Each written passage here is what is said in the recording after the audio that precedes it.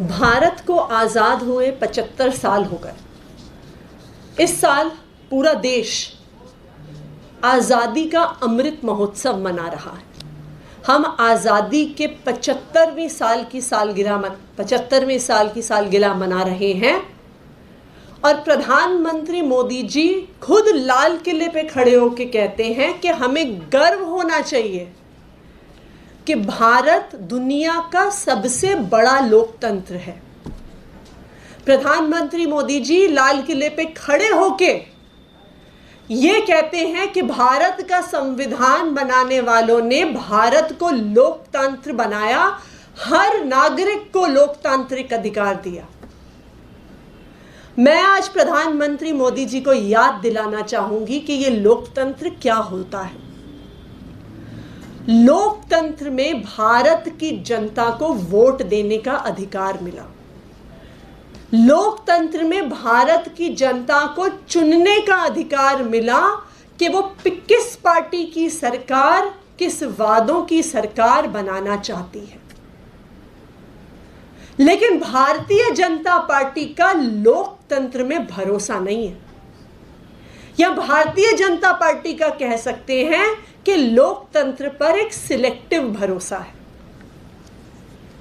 जब चुनाव होते हैं, भारतीय जनता पार्टी और सारी पार्टियां चुनाव के मैदान में उतरती हैं, कैंपेन करती हैं।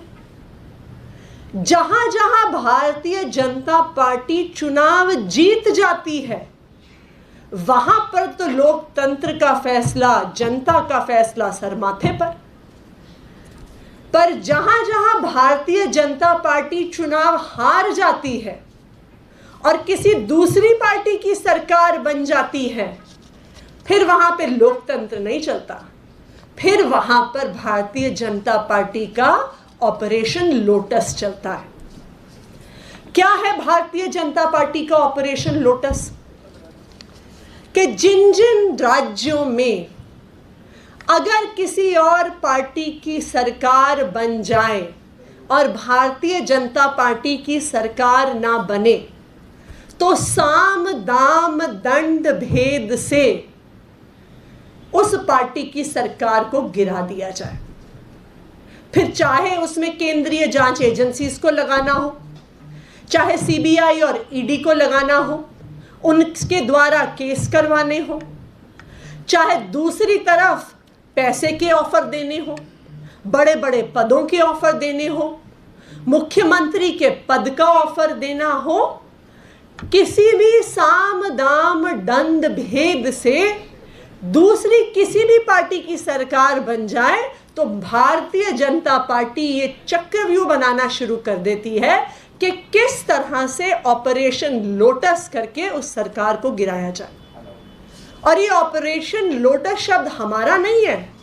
भारतीय जनता पार्टी गर्व करती है अपने ऑपरेशन लोटस पर कि चुनाव से क्या फर्क पड़ता है, लोकतंत्र से क्या फर्क पड़ता है। कोई भी पार्टी चुनाव जीत कर आए, हम तो आखिरकार उस पार्टी की सरकार को गिराकर अपनी सरकार बना ही लेंगे।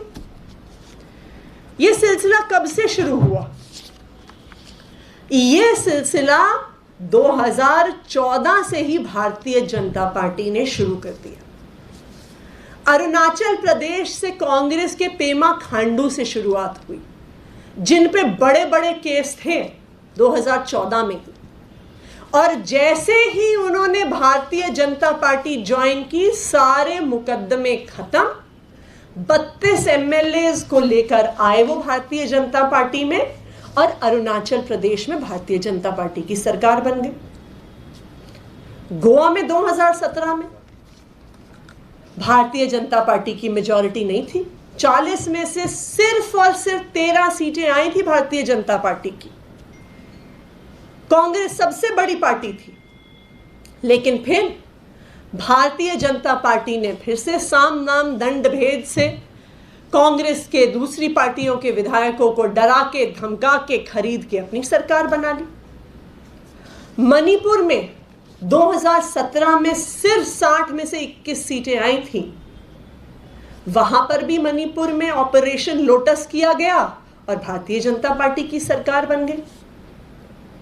मेघालय में 2018 में भारतीय जनता पार्टी की 60 में से केवल 2 सीटें थी जब ऑपरेशन लोटस शुरू हुआ, और ऑपरेशन लोटस का नतीजा कि 60 में से 2 सीटें लाने वाली भारतीय जनता पार्टी ने अपनी सरकार बना ली। ये लिस्ट चलती जाती है, इसमें मध्य प्रदेश, कर्नाटका, महाराष्ट्र, कई राज्य हैं जहां पर इसी प्रकार से ऑपरेशन लोटस किया गया।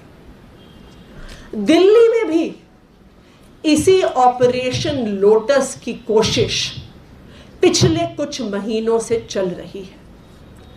इसी ऑपरेशन लोटस के तहत दिल्ली के डिप्टी सीएम मनीष सिसोदिया जी पे तरह तरह की शिकायतें, कभी स्कूल को लेके, कभी क्लासरूम को लेके, कभी एक्साइज पॉलिसी को लेके, कभी सीबीआई में दी जाती है, कभी एसीबी में दी जाती है, कभी दिल्ली पुलिस में दी जाती है। इन सब शिकायतों का कोई आधार नहीं है, लेकिन फिर भी उस पर दिल्ली पुलिस की जांच बैठाई जाती है, सीबीआई की जांच बैठाई जाती है, इन्फोर्समेंट डायरेक्टरेट की जांच बैठाई जाती है। 14 घंटे तक दिल्ली के उप मुख्यमंत्री मनीष सिसोदिया जी के घर पर रेड होती है, कुछ नहीं मिलता। ना पैसे मिलते हैं, ना सोने के बिस्किट मिलते हैं, ना जेवर मिलते हैं, ना बेनामी संपत्ति के कागजात मिलते हैं। लेकिन फिर भी अगले दिन यह खबर चल जाती है कि अब सीबीआई के बाद ईडी की रेड होने वाली है। इसी दौरान उप मुख्यमंत्री मनीष सिसोदिया जी को भारतीय जनता पार्टी से मैसेज आता है कि अगर सीबीआई और ईडी से बचना चाहते हो तो भारतीय जनता पार्टी में आ जाओ, सारे मुकदमे खत्म हो जाएंगे। उन्हें बोला जाता है कि आप पार्टी के नंबर 2 के नेता हो, आप अपने साथ अन्य विधायकों को लेके आ जाइए। क्या फर्क पड़ता है कि भारतीय जनता पार्टी के केवल 7 विधायक हैं। उन्होंने तो मेघालय में ऑपरेशन लोटस में से 2 विधायकों के साथ सरकार बना ली थी। तो वो मनीष सिसोदिया जी को कहते हैं, आप पार्टी के नंबर 2 के नेता हो, आपकी भी इच्छा होती होगी कि मैं भी मुख्यमंत्री बनूं, तो आप अपने साथ विधायकों को लेकर आओ, आप भारतीय जनता पार्टी का मुख्यमंत्री का चेहरा बनो, हम आपको मुख्यमंत्री बनाएंगे। तो उन्होंने ये ऑफर दिया कि एक तरफ हम आपके सारे केसेस खत्म कर देंगे और दूसरा आपको दिल्ली का मुख्यमंत्री बना देंगे। अब भारतीय जनता पार्टी का ये जो ऑपरेशन लोटस है, ये अलग अलग राज्यों में क्यों सफल हो पाता है? क्योंकि वहां के भी जो नेता हैं, जो विधायक हैं, जो मंत्री हैं, उन सब ने अलग अलग तरीके से भ्रष्टाचार किया हुआ है और भारतीय जनता पार्टी की केंद्रीय एजेंसियों से डरते हैं। उन्हें पता है कि सिर्फ एकमात्र तरीका है उन सब केसेस से बचने का, वो है भारतीय जनता पार्टी में चले जाना। इसकी तो पूरी पोल हर्षवर्धन पाटिल ने ही खोल दी थी, जो महाराष्ट्र के एमएलए हैं, जो कांग्रेस से भारतीय जनता पार्टी में आए, जिन्होंने कहा कि जी जब से कांग्रेस से भारतीय जनता पार्टी में आया हूं, चैन की नींद सोता हूं, क्योंकि मुझे पता है कि अब मेरे पे कोई इंक्वायरी नहीं होने वाली, कोई जांच नहीं होने वाली। ये भारतीय जनता पार्टी के विधायक ने खुद कहा है। तो क्यों अलग अलग पार्टियों को भारतीय जनता पार्टी तोड़ पाती है? क्योंकि उनके नेताओं ने भी भ्रष्टाचार किया है और वो सीबीआई से, ईडी से, पुलिस से, इंटेलिजेंस सर्विसेज से, इनकम टैक्स डिपार्टमेंट से डरते हैं। लेकिन भारतीय जनता पार्टी को पता नहीं है कि जब वो मनीष सिसोदिया को ऑफर देने आते हैं तो मनीष सिसोदिया जी जैसा कट्टर ईमानदार नेता उन्हें किसी पार्टी में नहीं मिलेगा। ना सिर्फ वो कट्टर ईमानदार हैं, वो कट्टर देशभक्त हैं। और उन्होंने खुद भारतीय जनता पार्टी के नेताओं को कहा कि मैं तुम्हारी धमकियों से डरने वाला नहीं हूं। आज तो तुमने सीबीआई भेजी है, कल ईडी भेज दो, इनकम टैक्स डिपार्टमेंट भेज दो, दिल्ली पुलिस भेज दो, तुम्हें एक पैसे का भ्रष्टाचार नहीं मिलेगा। और मैं आखिरी सांस तक अरविंद केजरीवाल के साथ खड़ा हूं और खड़ा रहूंगा, क्योंकि मेरा मकसद मुख्यमंत्री बनना नहीं है। मेरा मकसद इस देश को नंबर 1 बनाना है और इसलिए मैं अरविंद केजरीवाल के साथ खड़ा हूं। आज ये हमारे देश के लिए कितने दुख की बात है कि आज दुनिया की हर इंटरनेशनल रैंकिंग में भारत हर चीज में पीछे रहता जा रहा है। एक ह्यूमन डेवलपमेंट इंडेक्स की रिपोर्ट आती है जिसमें पूरे दुनिया भर के देशों की रैंकिंग होती है। 160 देशों में से भारत 131वें नंबर पे आता है। शिक्षा में 131। हमारे नीचे कौन आता है? अफ्रीका के कुछ देश। जहां पे स्वास्थ्य सुविधाओं की बात आती है तो 160 में से 140वें नंबर पे भारत आता है। हमारे पीछे कौन आता है? हमारे पीछे अफ्रीका के कुछ देश आते हैं। हमारे बांग्लादेश जैसा देश हमसे आगे निकल गया है शिक्षा की व्यवस्था में, स्वास्थ्य की व्यवस्था में, अपने देश के नागरिकों को खाना देने की व्यवस्था में। बांग्लादेश भारत से आगे निकल गया है। रोज हम खबर पढ़ते हैं, रोज, कि किसी गांव में कोई महिला छटपटाती हुई मर गई क्योंकि सबसे पास का अस्पताल 50 किलोमीटर दूर था, सड़क नहीं थी, गाड़ी नहीं थी, बस नहीं थी, एम्बुलेंस नहीं थी, और उस महिला की मौत हो गई। आजकल हम रोज अखबार में पढ़ते हैं कि बेरोजगार युवा अपनी जान ले लेते हैं, आत्महत्या कर लेते हैं क्योंकि बेरोजगारी चरम पर है। आज भारत में एक आम परिवार को महंगाई की वजह से अपनी रोजमर्रा की जिंदगी चलानी मुश्किल हो रही है। आज हमारे युवा जो 12वीं का एग्जाम पास कर रहे हैं, कॉलेज में एडमिशन नहीं ले पा रहे हैं। भारत देश इतने बुरे हाल में है और हमारे प्रधानमंत्री और केंद्र सरकार सिर्फ और सिर्फ दूसरी पार्टियों की सरकारें गिराने में लगी हुई है। मेरा प्रधानमंत्री जी से आग्रह है कि प्रधानमंत्री जी, इस देश के युवाओं के बारे में सोचिए, इस देश की महिलाओं के बारे में सोचिए, इस देश के बच्चों के बारे में सोचिए, इस देश के नागरिकों के बारे में सोचिए। आज वो आपसे समाधान की उम्मीद कर रहे हैं और आप बैठ के दूसरी सरकारों के खिलाफ षड्यंत्र रच रहे हैं। क्या आपको लगता है कि जिस राज्य में आपकी सरकार नहीं जीती वहां पे हमें ऑपरेशन लोटस करके सरकार को गिराना है? कि जैसे मध्य प्रदेश में गिरा दी, अरुणाचल में गिरा दी, गोवा में गिरा दी, मेघालय में गिरा दी, कर्नाटका में गिरा दी, मध्य प्रदेश में गिरा दी, अब हम दिल्ली में भी गिराना चाहते हैं? मेरा प्रधानमंत्री जी से आग्रह है, ये देश हम सबका है। आज दिल्ली में हम अच्छे सरकारी स्कूल, अच्छे सरकारी अस्पताल, युवाओं को रोजगार, महिलाओं को बस की यात्रा, पूरी दिल्ली में सीसीटीवी कैमरा दे पा रहे हैं। तो आप दिल्ली के मुख्यमंत्री, उप मुख्यमंत्री को बुलाइए, उनके साथ बैठिए कि जैसे आपने दिल्ली में समस्याओं का समाधान किया है वो भी सरकार को मुनाफे में रखते हुए, तो हम और राज्यों में कैसे कर सकते हैं? हम पूरे देश में कैसे कर सकते हैं? आज प्रधानमंत्री जी, देश को ऑपरेशन लोटस की जरूरत नहीं है। आज देश को जरूरत है प्रधानमंत्री के नेतृत्व की।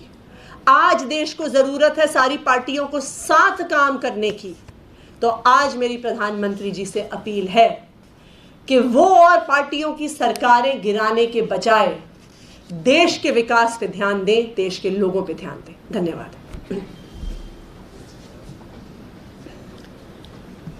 कोई क्वेश्चंस?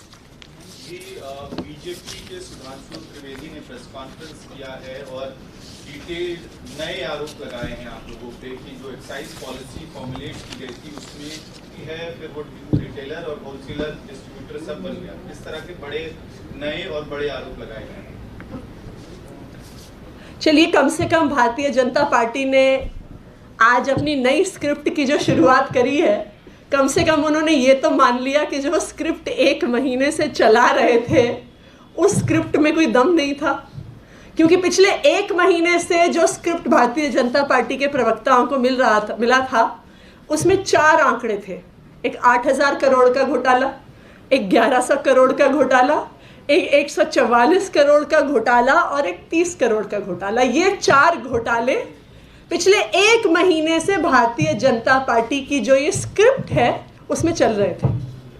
अब भारतीय जनता पार्टी के साथ समस्या ये हो गई कि सीबीआई ने एफआईआर फाइल कर दी और उस एफआईआर में चलिए 8,000 नहीं, 1100 भी नहीं, पर 144 और 30 करोड़ तक भी एफआईआर नहीं पहुंची। तो अब भारतीय जनता पार्टी को कोई नई स्क्रिप्ट की ज़रूरत है। लेकिन जैसे एक्साइज पॉलिसी का हर कदम, एक्साइज पॉलिसी की हर डिसीजन जिस प्रकार से 100% लीगल तरीके से दी गई है, वैसे ही चाहे लाइसेंसेस दिए जाने हो, चाहे वेवर्स दिए जाने हो, सब कुछ 100% ड्यू प्रोसेस से हुआ है। मैं तो देखिए, अब तो उन्होंने सीबीआई की जांच शुरू कर ही दी है, सारे कागजात भी उनके पास हैं, तो अब उन्हें प्रेस कॉन्फ्रेंस करने की क्या ज़रूरत है? अगर इतना बड़ा घोटाला है तो सीबीआई को तो पता चल जाएगा। अब तो सारे डॉक्यूमेंट्स उनके पास हैं, अब तो वो फ़ोन भी ले गए, कंप्यूटर भी ले गए, फाइल भी ले गए, हार्ड डिस्क ले गए, सब कुछ ले गए। तो अगर इतना बड़ा घोटाला हुआ है जैसा सुधांशु त्रिवेदी जी कह रहे हैं, तो सीबीआई को सुधांशु त्रिवेदी जी से पहले पता होना चाहिए ना। लेकिन ये भारतीय जनता पार्टी की सिर्फ और सिर्फ नई स्क्रिप्ट है, क्योंकि पिछली स्क्रिप्ट फेल हो गई है और ये स्क्रिप्ट भी आने वाले 2-3 हफ्ते चलेगी। उसके बाद एक नई स्क्रिप्ट लॉन्च कर दी जाएगी कि हो सकता है कि उसमें 8,000 के बजाय 10,000 करोड़ का घोटाला हो जाए, लेकिन इनमें से किसी भी आरोप में कोई भी आधार, कोई भी प्रमाण नहीं है। आतिशी, आपने रेवेन्यू की बात करी कि रेवेन्यू जो जनरेट हुआ है अभी तक किसी भी पॉलिसी में आम आदमी पार्टी की, उसमें कोई नुकसान नहीं हुआ है, प्रॉफिट है। अब बीजेपी ने जो अलर्ज कराया है, वो कहते हैं कि एक्साइज पॉलिसी में 6,000 करोड़ के लमसम जो फिगर उन्होंने रखी है कि इसका रेवेन्यू लॉस था। तो अगर रेवेन्यू लॉस था इस पॉलिसी में, तो ये पॉलिसी क्यों इम्प्लीमेंट होगी? वो 6,000 करोड़ का ब्रेकअप तो बता दे। अभी तक जैसे मैंने कहा, वो पिछले 1 महीने से 4 आंकड़े बता रहे थे, 8,000, 1100, 144 और 30। अब वो चारों आंकड़े गायब हो गए। आज 6,000 का नया आंकड़ा वो लेके आए हैं। शाम तक उनके प्रवक्ता 4 और आंकड़े बता देंगे। क्योंकि देखिए, समस्या क्या है कि अगर वो किसी तथ्य के आधार पर बात कर रहे होते हैं, तो तथ्य के आधार पर तो बात कंसिस्टेंट रहती है ना। मतलब ये नहीं हो सकता कि घोटाला 8,000 का भी है और 1100 का भी है और 144 का भी है और 30 करोड़ का भी है और 6,000 का भी है। लेकिन हो ये रहा है कि भारतीय जनता पार्टी के जो प्रवक्ता हैं, वो आजकल बॉलीवुड स्क्रिप्ट राइटर्स का काम कर रहे हैं। अब वो जैसे नेटफ्लिक्स की सीरीज़ होती है ना कि उसमें एक एपिसोड के बाद अब अगला एपिसोड आना है। अब भाई जब अगला प्रेस कॉन्फ्रेंस करना है, सीरीज़ की अगली पीसी उनको रिलीज़ करनी है, तो उसमें जैसे अगले एपिसोड के लिए कुछ स्क्रिप्ट लिखना पड़ता है ना, तो उनको भी लिखना पड़ता है। अब हम अक्सर ये देखते हैं कि नेटफ्लिक्स की सीरीज़ में जब वो 4थे-5वें सीज़न तक पहुंच जाती है ना, तो उसमें अजीब अजीब चीज़ें होने लग जाती हैं जो निराधार होती हैं, जो हम सोचते हैं कि भाई अब सीरीज़ ख़त्म कर दो, तुम्हारे पास भी बात नहीं बची है। तो आजकल भारतीय जनता पार्टी की प्रेस कॉन्फ्रेंस नेटफ्लिक्स की सीरीज़ का सीज़न 5 हो गया है, जहाँ पे उनके पास कोई बात कहने को बची नहीं है, पर बेचारों को रोज़ डायरेक्टर कहता है कि अब जाओ बैठो कैमरा के सामने, तो रोज़ कोई मनगढ़ंत आरोप वो लोग बना देते हैं। Thank you.